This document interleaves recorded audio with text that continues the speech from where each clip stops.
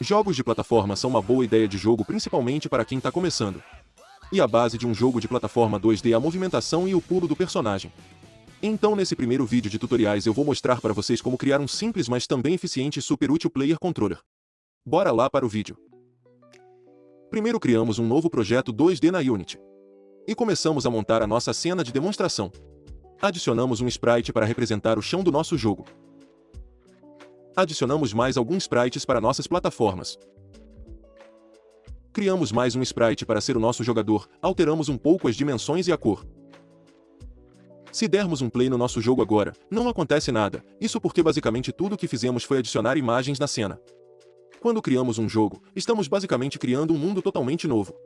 E algo presente no mundo é a física.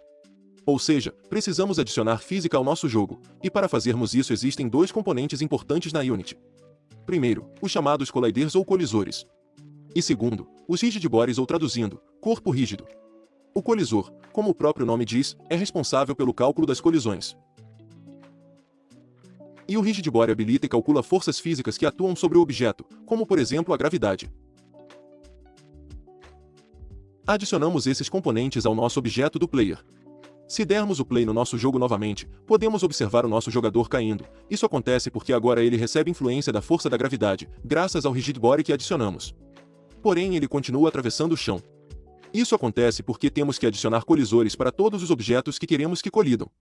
Voltamos à cena e adicionamos colisores no chão e nas plataformas. Agora o nosso player cai e fica no chão. Se observarmos mais atentamente esses componentes, identificamos várias opções como massa, escala da gravidade, tipo de material, entre outras. Você pode depois brincar com essas opções e ver o que acontece. Por enquanto no rigid body do nosso jogador vamos alterar somente essas três opções aqui. Aumentamos a escala da gravidade, isso vai nos ajudar a ter um pulo mais natural, o tipo de detecção das colisões, e restringimos a rotação do nosso personagem para que não seja afetada pela física. Estamos com quase tudo pronto, só falta um detalhe que nos ajudará na implementação do pulo. Criamos um novo objeto dentro do objeto do jogador. Como esse é um objeto vazio, aqui a gente pode selecionar um ícone para visualizar melhor. Posicionamos ele mais ou menos na altura do que seriam os pés do personagem. Temos a nossa cena pronta, agora vamos dar a capacidade do nosso jogador de se mover e pular. Para isso usamos código. Clicamos aqui em adicionar componente, descemos até a opção New Script, damos um nome para ele e clicamos aqui. Agora nosso objeto tem um novo componente que é um script chamado Player Controller, que por enquanto não faz nada. Dentro do nosso script primeiramente precisamos definir algumas variáveis. Assim como o componente de collider e rigid body possuem propriedades que podemos alterar seus valores, como a massa por exemplo. Dentro de um script podemos criar nossas próprias propriedades através das variáveis. Vamos precisar de um float para o nosso input horizontal, outro float para controlar a velocidade do jogador, um int para indicar a direção do nosso personagem, nesse caso direita ou esquerda, e por último, dois booleanos, um para saber se o jogador está no chão ou não, e outro para saber se o jogador apertou o botão de pular. Precisamos também acessar o nosso componente rigid body, então criamos uma variável para receber essa referência. No inspector podemos atribuir o valor simplesmente arrastando para dentro da propriedade. Criamos 4 novos métodos. Input Handler, que vai capturar todos os inputs / controles do jogo. Move, responsável por mover o personagem.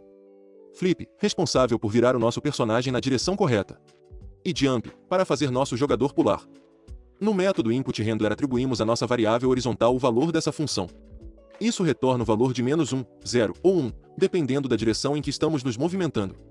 Além disso precisamos de um botão para o pulo, nesse caso escolhi a tecla de espaço. Atribuímos retorno da chamada dessa outra função à variável Jump. Basicamente estamos observando o teclado e toda vez que for pressionada a tecla de espaço, nossa variável vai receber o valor true. Feito isso, basta chamar o nosso Input Handler dentro da função update. Pronto, podemos ver aqui no inspetor os valores sendo alterados. Com isso nossos inputs estão feitos. Agora vamos usar esses valores para fazer nosso personagem se mover. Dentro do método Move, tudo o que precisamos fazer é usar o nosso rigid body para acessar a propriedade velocidade, e atribuir o valor dela de acordo com o nosso input horizontal. Observe que a propriedade velocidade do nosso rigid body recebe um valor do tipo vetor 2, que nada mais é do que um vetor de duas dimensões, x e y, onde x representa a direção na horizontal e y na vertical. Nosso jogador deve se mover somente na horizontal, ou seja em x, e devemos preservar o valor de y. Essa linha é responsável por mover nosso personagem. Agora precisamos adicionar nosso método move, dentro do método chamado fixedUmpDate. Ele é similar ao nosso método update, mas é usado para lidar com a física dentro do jogo. Então tudo que envolver física deve ser colocado aqui dentro e não no update. Como podemos ver, agora nosso jogador consegue se mover de um lado para o outro. Agora vamos implementar o flip. Para demonstrar melhor esse método, no componente Sprite Render do objeto Player, eu alterei a imagem para esse quadrado um pouco mais simpático e com olhos. Agora quando damos play no nosso jogo, podemos ver que mesmo me movendo para a esquerda, nosso personagem continua olhando para a direita. Para corrigir isso vamos criar nossa função flip. Como podemos ver aqui no inspetor, se alteramos a escala do objeto para -1 é como se ele tivesse virado para o outro lado. Vamos fazer isso via código. A lógica fica assim. Verificamos primeiro nosso input horizontal. Se ele for maior que 0, quer dizer que estamos nos movendo para a direita. Verificamos também para que lado estamos olhando. Fazemos isso por meio da outra variável que criamos, a playerDir. Se ela for menor que 0, quer dizer que já estamos olhando para a esquerda, então precisamos virar o nosso personagem. Usamos a mesma lógica para a esquerda. Se o nosso input horizontal for menor que 0, e o playerDir for maior que 0, precisamos multiplicar a escala em x por -1, assim viramos o personagem para o lado correto. Para isso multiplicamos a escala em x por -1.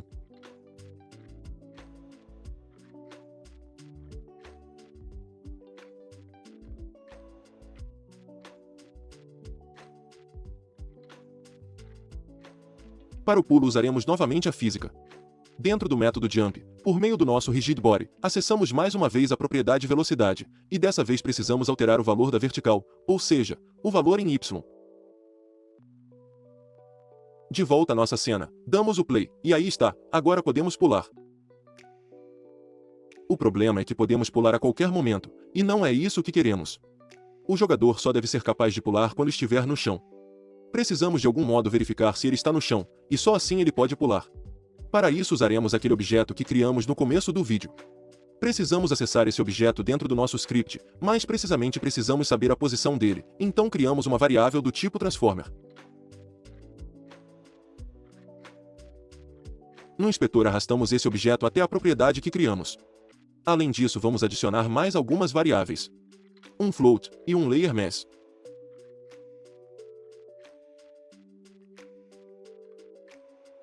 Criamos também uma nova função para verificar se o jogador está no chão. Dentro dela nossa variável recebe o valor dessa outra função. O que ele faz é criar um pequeno círculo invisível via script e checar se esse círculo colide com algum objeto do chão. Ele possui 3 parâmetros. O primeiro é a posição de verificação do chão, o segundo é o tamanho do raio que devemos verificar, e o terceiro parâmetro é qual camada devemos observar.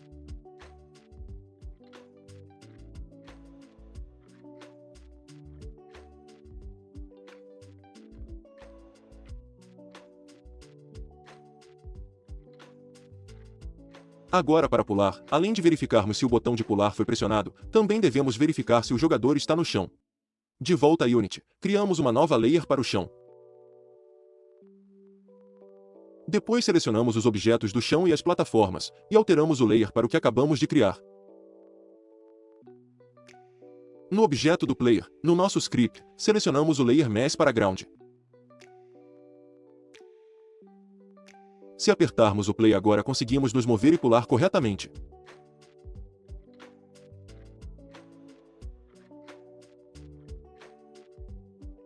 Às vezes quando você pula é possível ver o personagem ficar preso na plataforma. Uma forma fácil de resolver isso é adicionando um material de física 2D ao colisor do jogador. Então nós criamos um novo material de física 2D. E alteramos o valor de fricção para 0. E colocamos na propriedade material do colisor do player.